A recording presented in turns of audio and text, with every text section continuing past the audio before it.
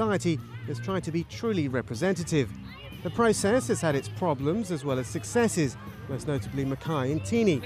In fact, he's the latest in a long line of black African cricketers that stretches back to the 1850s. Andre Odendaal has watched the development of black cricket from both sides of the fence. An Afrikaner, he was the first white first-class player to line up against black cricketers.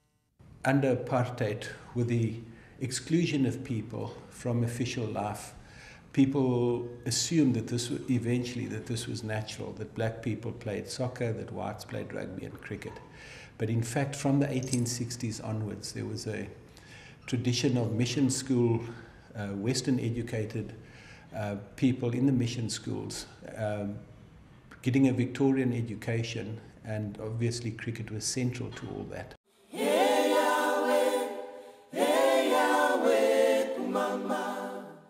Professor Odendaal began playing in the 1970s, a particularly tough period for black cricket. Many members of the freedom struggle associated the game with the white establishment. Out of this period came Khaya Majola, a talented batsman and a member of the non-racial South African Cricket Board of Control.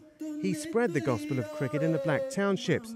Khaya died in 2000, but his brother continues to work for his dream of non-racial cricket. Khaya was a gifted player. Khaya could have played with any player at the time and could have himself represented the country, but unfortunately was denied that right of representing his country. And therefore he wanted to put back into the country and show the world that there's a lot of other black talented cricketers that, if given opportunities, they can represent this country. So that was Khaya's passion. However, 7 years after his death, the most famous symbol of township cricket finds itself in...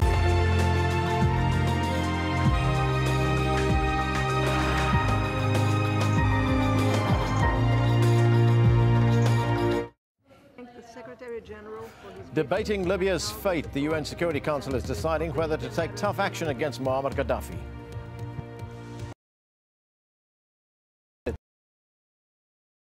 It's time for the Libyan leader to go. And this man says he's ready to replace him and is setting up an interim government.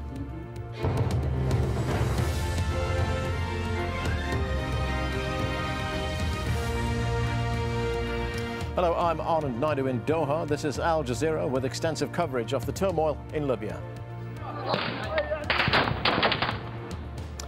where the uprising against Gaddafi continues, as does the crackdown against it.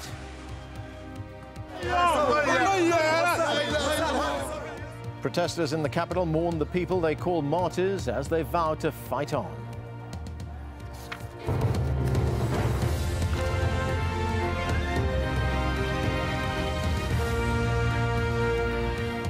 We begin the program in Libya, where Muammar Gaddafi is facing relentless pressure to stand down both from within and outside the country.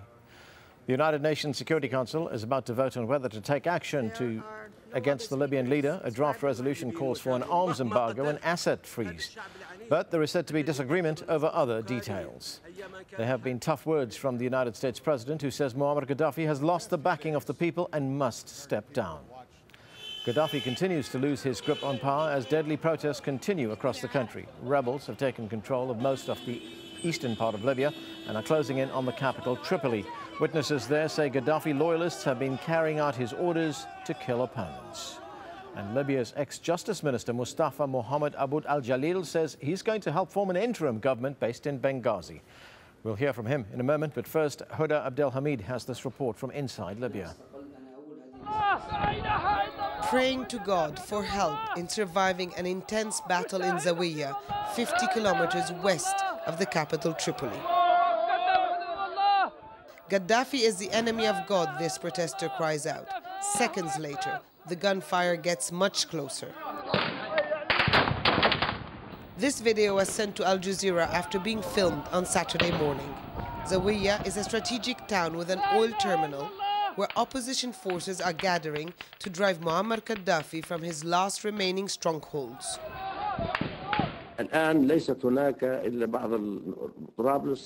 Now there's only Tripoli and a few other towns left. That's why I urge the Libyan people that there's no going back. Going back's impossible. We have to move forward. All the patriotic, courageous and respected Libyan youth should help the people of Tripoli to carry out their duties. Much of eastern Libya is already in opposition control, but these images, set to be filmed on Friday, show massive protests in Misurata, another western city 210 kilometers from the capital. Al Jazeera cannot independently verify this video or another said to be from Misurata that appears to show more soldiers joining the protesters' cause. Libya's head of special forces, the latest Gaddafi ally, now rallying for his removal. I place all my expertise and capabilities at the service of the youth revolution. I urge all honest members of the special forces to rejoin their units immediately and to protect the gains of the February 17th revolution and protect the lives of the Libyan people and their property. And this video shows exactly why Libyans need protecting. Heavily armed men drag away a limp body and stuff it into a car. Uploaded on YouTube, it also can't be verified, but is said to be filmed in Tripoli during Friday's clashes. Painting a different picture, these images, shot by Associated Press on a government-sponsored media offensive under the restrictions of Gaddafi loyalists. Tripoli is 100% safe. There are no problems. People are going about their business. There are no problems and people are going to work. It would seem this vision is about as useful as state television to show what's really happening in Libya, or just how much longer its under-siege leader can hang on. Most of the oil-rich East has fallen into the hands of the opposition. There is a sense of security, but it's a volatile situation. The opposition also says it has taken control of oil refineries, now operating at a minimal capacity. For people here, the most important is to retain the gains, keep the momentum, while they wait and see what happens in the west of the country. Hud Abdelhamid, Al Jazeera, Eastern Libya. The United Nations in New York is considering a range of sanctions against Libya. A draft resolution includes an arms embargo, travel ban and assets freeze against the Gaddafi regime. It also condemns attacks on civilians, referring the matter to the International Criminal Court. China has asked for time to consult with Beijing before a final vote. Kristen Salumi is at the UN in New York for us and joins us now. And Kristen, the fact that these deliberations are continuing is an indication, I guess, that there's not complete agreement on what this resolution should look like. So what are the sticking points? Yes, as you just indicated, China is the wild card here, waiting for instructions from Beijing before coming to a vote. The sticking point has been this referral to the International Criminal Court to consider whether or not Muammar Gaddafi and his regime are indeed guilty of crimes against humanity. Now, some delegations earlier in the day, among them China, Brazil, India, and Gabon, had indicated that they feared that this referral would do more harm than good. They wanted a more nuanced approach to the International Criminal Court in the resolution, with language referring to a possible future referral. In the end, though, the Europeans were pushing very hard for this. They have argued that this is a way to immediately put pressure on Gaddafi's regime and perhaps get some of his inner circle to turn against him with a threat of prosecution for crimes against humanity. And what seems to have been a real turning point for some of these delegations was a letter that was received today by the President of the Security Council from the UN ambassador from Libya to the United Nations. This Libyan ambassador just yesterday came out and voiced his, asked the Security Council to do something to stop the bloodshed in Libya, turned against Gaddafi, and today wrote this letter expressing his support for a referral to the International Criminal Court. And now we are hearing that there is a lot of solidarity in the Council and a desire to move ahead with this vote, but again, China being the wild card here. Kristen, presuming China gets on board and this resolution is passed this afternoon, that's New York time at the United Nations, when can one expect these measures to be implemented?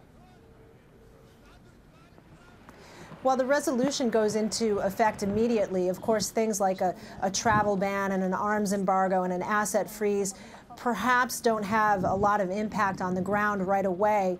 Again, this is the thinking behind the referral of the case to the International Criminal Court. Not necessarily that the investigation is going to start right away and that there are going to be prosecutions right away, but that it will give pause to members of the government who maybe right now are going along with Gaddafi, that they may have second thoughts and fearing prosecution for themselves, decide to turn against the leader and break from the government and perhaps bring an end to the bloodshed that we're seeing now.